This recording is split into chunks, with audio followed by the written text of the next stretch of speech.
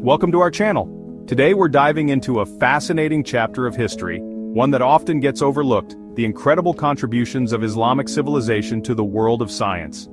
You see, when we talk about the giants on whose shoulders modern science stands, we can't forget the scholars of the Islamic Golden Age.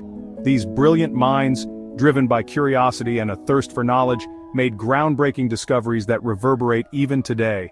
From the foundations of algebra to the intricacies of the cosmos, get ready to have your textbooks rewritten as we uncover the universe of Islamic science.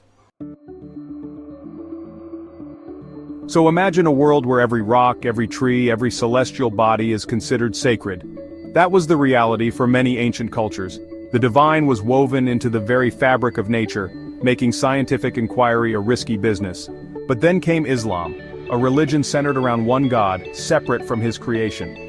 This fundamental shift in thinking, this concept of monotheism, was revolutionary. It liberated scientific thought, allowing scholars to study the natural world without fear of blasphemy. Think about it. Dissecting a human body to understand its workings, studying the stars to unravel the mysteries of the cosmos, analyzing the flow of rivers to harness their power. These pursuits weren't seen as sacrilegious, but as a way to understand the majesty of God's creation. This intellectual freedom, this separation of the divine from the natural, was the fertile ground from which Islamic science blossomed. It's no coincidence that the Islamic Golden Age was a time of unparalleled scientific advancement. Now let's rewind a bit and compare this Islamic worldview with the prevailing schools of thought at the time. The ancient Greeks, for all their intellectual prowess, were often bound by their philosophical and religious beliefs. The Romans, inheritors of much of Greek knowledge, were more focused on conquest and empire building than pushing the boundaries of science. And then there's the early Christian world, where adherence to established dogma sometimes overshadowed scientific inquiry. For centuries, the geocentric model of the universe, with Earth at the center, reigned supreme. Challenging this view was considered heresy, even when the evidence suggested otherwise. This reluctance to question established truths stifled scientific progress. But in the vibrant intellectual centers of the Islamic world, a different story was unfolding. Hospitals, a rarity in other parts of the world, flourished as centers of learning and healing. Physicians like the great Al-Razi, known in the West as Razis, were making groundbreaking discoveries. Al-Razi, a keen observer of diseases, was the first to distinguish between smallpox and measles, two deadly diseases that ravaged populations at the time. His meticulous descriptions of these illnesses and their treatments were light years ahead of his contemporaries. And then there's Ibn Sina, known to the West as Avicenna, whose monumental work, the Canon of Medicine, became the medical textbook for centuries to come, not just in the Islamic world but also in Europe. This comprehensive encyclopedia of medicine covered everything from anatomy and physiology to the diagnosis and treatment of diseases. Ibn Sina's emphasis on observation, experimentation, and clinical trials laid the groundwork for modern medical practice. Let's talk about math, shall we? Because what's cooler than understanding the language of the universe? And when it comes to math, we have a lot to thank the Islamic world for. Enter Al-Khwarizmi, a name that might sound familiar because he's considered the father of algebra. His book, The Compendious Book on Calculation by Completion and Balancing, introduced the world to this revolutionary branch of mathematics. But Al-Khwarizmi's contributions don't stop there. He also played a pivotal role in introducing the Hindu-Arabic numeral system, the very numbers we use today, to the Western world. And let's not forget the concept of zero, a seemingly simple idea that revolutionized mathematics. These mathematical tools, developed and refined by Islamic scholars, became the building blocks for countless scientific and technological advancements. Now, let's turn our gaze upwards to the stars, where Islamic astronomers were making incredible strides. Armed with astrolabes, quadrants, and a deep understanding of mathematics, they were mapping the heavens with remarkable accuracy. They measured the Earth's circumference with astonishing precision, coming within a few hundred miles of the actual value. They corrected errors in Ptolemy's star catalogs, refining our understanding of the cosmos. But here's the kicker. Some Islamic scholars even dared to challenge the geocentric model centuries before Copernicus. They proposed heliocentric ideas, suggesting that the Earth might actually revolve around the Sun.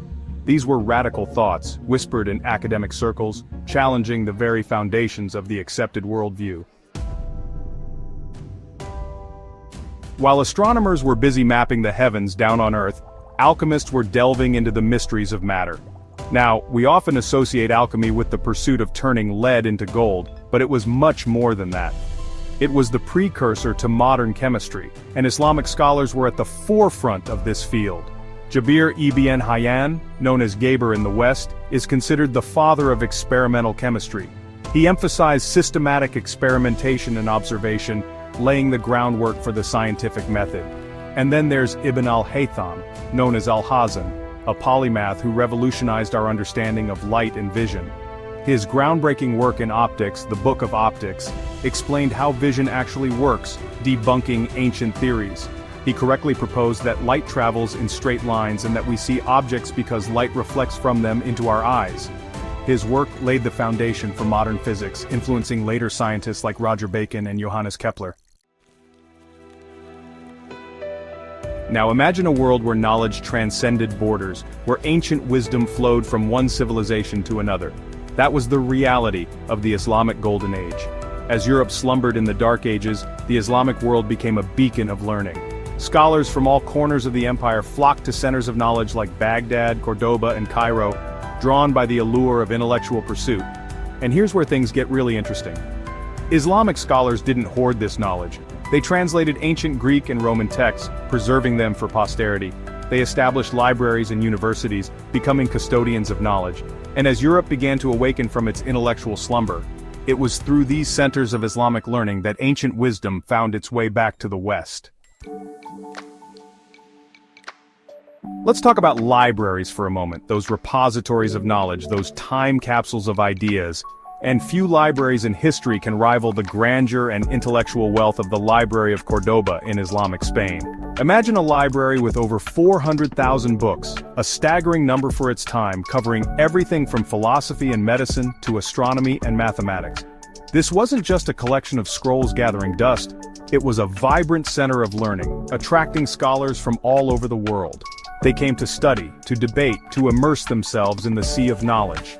The Library of Cordoba became a symbol of Islamic Spain's intellectual prowess, a beacon of light that illuminated the darkness of the European Dark Ages.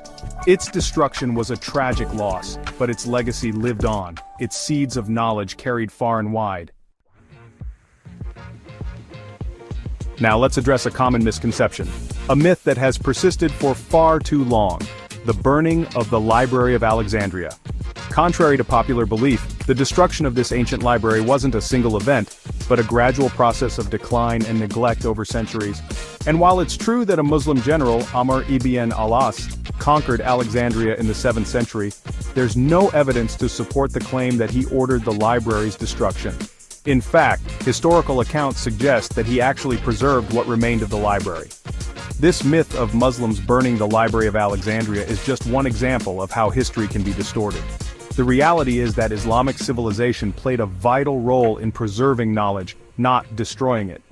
From Spain to Baghdad, Islamic rulers often patronized scholars and artists, fostering a climate of intellectual curiosity and tolerance. And that brings us to a crucial point: the role of tolerance in fostering intellectual growth. The Islamic Golden Age wasn't just about groundbreaking discoveries, it was about creating an environment where knowledge could flourish, where ideas could be freely exchanged. Islamic rulers, for the most part, understood the value of intellectual diversity. They welcomed scholars from different faiths and backgrounds, recognizing that knowledge transcends religious and cultural boundaries. This openness to new ideas, this willingness to engage with different perspectives, was a key factor in the Islamic world's scientific and cultural flourishing. It allowed scholars to build upon the knowledge of previous civilizations, to challenge established dogma, and to push the boundaries of human understanding. It's a powerful reminder that progress is often the result of collaboration, of embracing diversity, and of fostering a climate of intellectual freedom. So, as we've seen, the story of science is not a linear progression from ancient Greece to the Renaissance to the present day. It's a tapestry woven from the contributions of countless cultures and civilizations. And the Islamic Golden Age shines brightly in this tapestry, a testament to the power of human curiosity, the pursuit of knowledge and the importance of cultural exchange. Thanks for watching. If you enjoyed this video, don't forget to like, share and subscribe for more fascinating insights into history and science.